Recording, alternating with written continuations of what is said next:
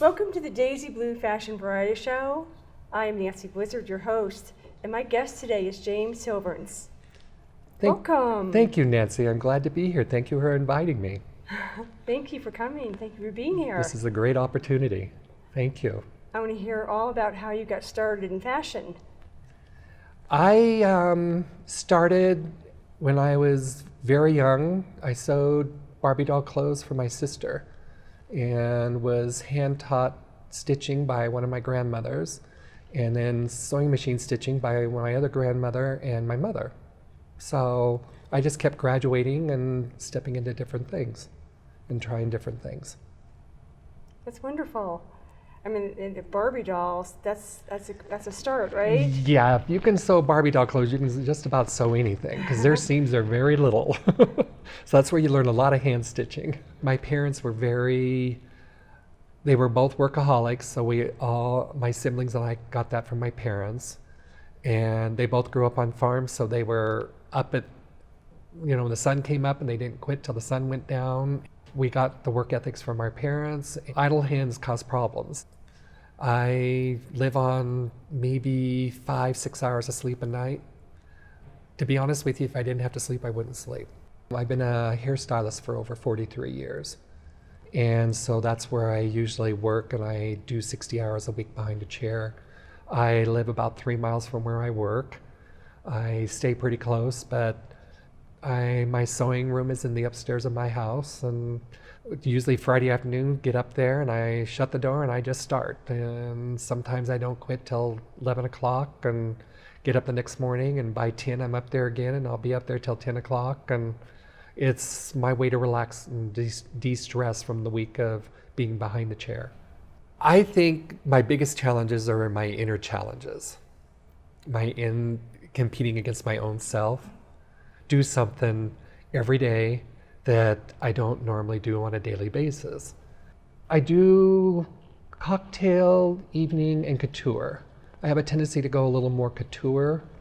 I love ladies' backs, and so I really do a lot of open back, a lot of designing on the backs and everything of the ladies' dresses and stuff. And I'm a little different with the fabric. I kind of let it speak to myself. I kind of find it, I look at it, and it just kind of pops in my head what I want to do with it. So I don't do sketching. A lot of people do the sketching and everything, and I'm not a sketcher. I've done it long enough that I just lay the fabric out on my bed and look at it, and it tells me how I want to do it, and I just start getting my homemade patterns out, and I just start cutting, and then I sit down at the sewing machine and sew. The sewing really relaxes me. It's my way to just chill. Is there certain materials you like to work with? Silk, satins, lace. I go in spurts. I get a crazy thing in my head, and a couple of seasons ago I did a black and gold. Everybody was black and gold, so it was just my designs was. So it just depends on my mood sometimes, I think. And also I have fabric everywhere, so I just kind of stack it, and then all of a sudden I just okay, I'm tired of this. Let's go to something different and unique and everything. So it just depends on what you're in the mood and what you want to create. Yeah, what pops out and jumps out at me. Is it difficult to get materials in Denver? I go to New York, Arizona, 5 Mine Fabrics. Any little traveling I do get to do. I hit little towns, I hit different areas. Even when I get to go to Hawaii and stuff, which is my favorite place to go, I hit all the fabric stores. So, that you never know what you're going to find. So, and I love to find little mom and pop places that you just go exploring, you go looking, and I found some pretty unique fabric in the back of little mom and pop stores that, they have a little section back there. So yeah, I pride myself on my fabric being one of a kind, unique, and the fabric being one of a kind and unique.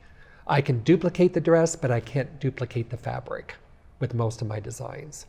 So because the fabric is usually vintage or not in not being made anymore, and you're not going to find it. I like to go looking for and searching. That's the fun part for me. So, and like yard sales, I've even found some fabric at thrift stores and the flea market.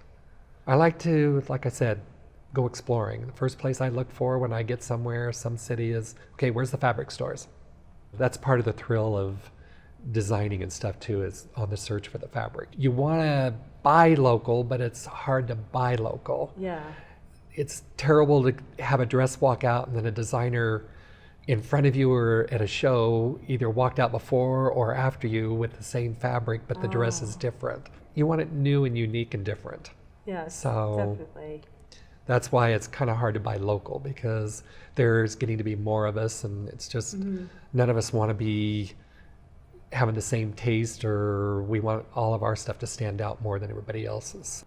I kind of start at the top of the head and work my way clear down to the feet.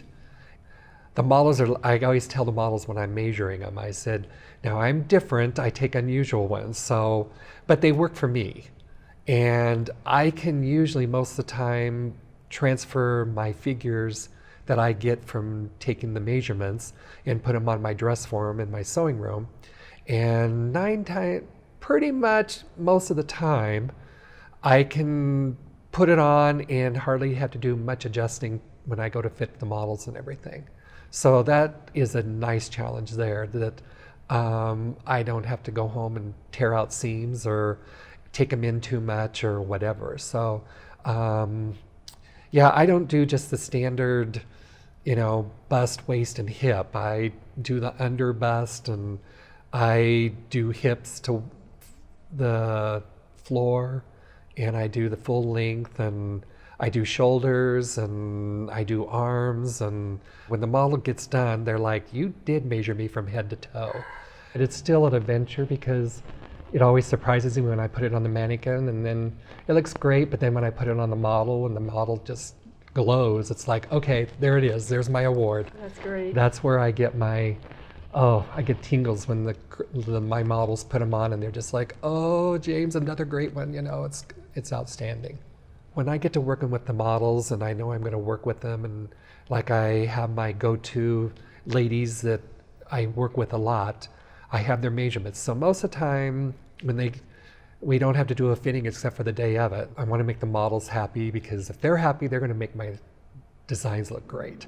Would you like to invite some of your models up on stage? Yes, We can I would take a love look at to. your collection. You're doing great. Oh yeah, there's My rooting gallery. cheerleaders. Yay!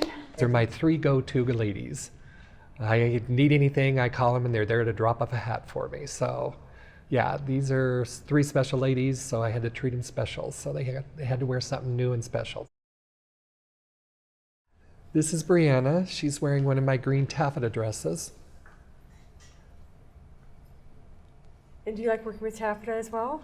I find I like to switch it out.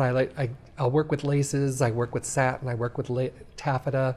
I just work with different fabrics. I get kind of tired of working with the same, so I like to kind of challenge myself with different fabrics and stuff.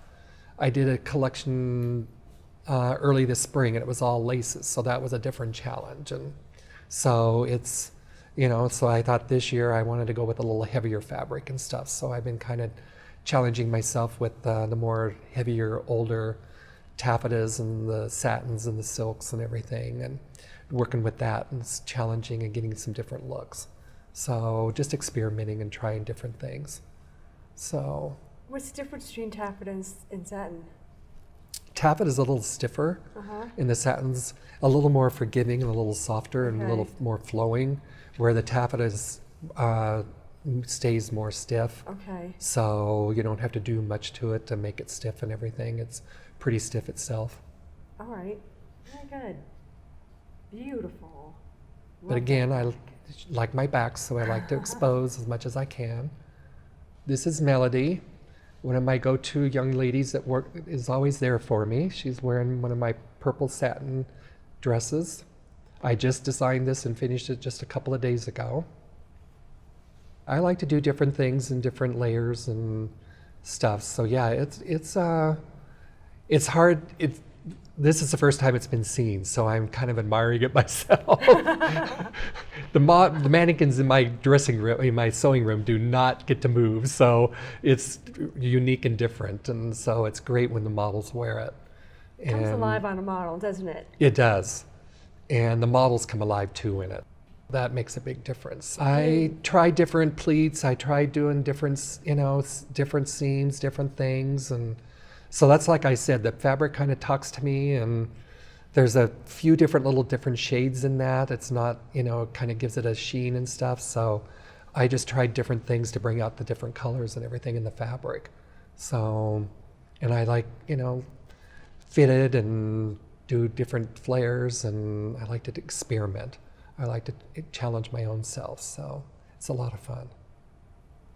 This is an iridescent kind of green and maroon that I made for another show last fall, and so I get tons of compliments on it, and it's another beautiful jewel tone, and it kind of picks up different colors, and it kind of spoke to me too, and there was enough fabric that I thought I kind of wanted to classy but kind of old Audrey Hepburn kind of look and everything. So that's when I found out I had enough fabric that I thought I'm going to go for it. So that's how I created this one. I made it simple, but I had the train with it too and everything.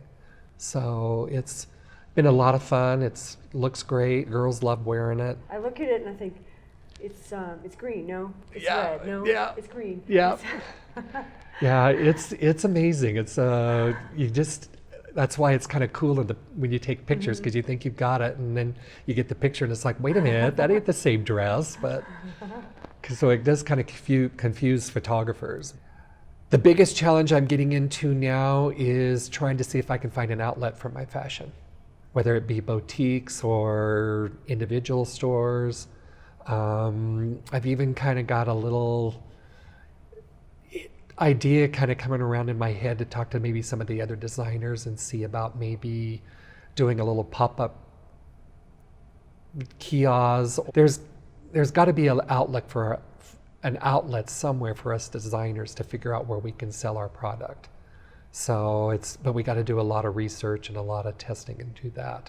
But I would like to see my stuff in a window or see somebody buying it and wearing it. And so yeah, that's my next challenge, is to work on finding a location, or even if it's a web I'm finding is not that efficient anymore. How do you see the fashion industry in Denver changing? What do you see? Oh, it's changed so much in the last probably 6 to 8 years. It's been amazing. It's and that's part of the challenge too, is to try to keep up with these younger designers that are coming out. And because the shows I do get into or get asked to be into, it's amazing to put my work up against their work. It's like, wow, this is really, I've got to step up the game to stay in this. So what are your plans for the future? I am shooting for New York Fall Fashion Week, probably next fall or the year after. That's going to take a long time because they usually want close to 20 to 30 pieces. So and I definitely will pull a few of my collections over the years. I'll have to take them, the outstanding pieces, but I want to create all new stuff. I'm very positive, and I like to be positive. So most people don't see me down, so I haven't got time to be down. I got to be me. A smile is so much nicer than a frown. Thank you for watching the Daisy Blue Fashion Variety Show here at Denver Opry Media with my guest, James Silvrants. Thank you very much for having me and my young ladies. Thank you for being here. It was a pleasure. It was a treat. Thank you for inviting us. You're very welcome. Your dresses were beautiful. Thank you. Have a wonderful day.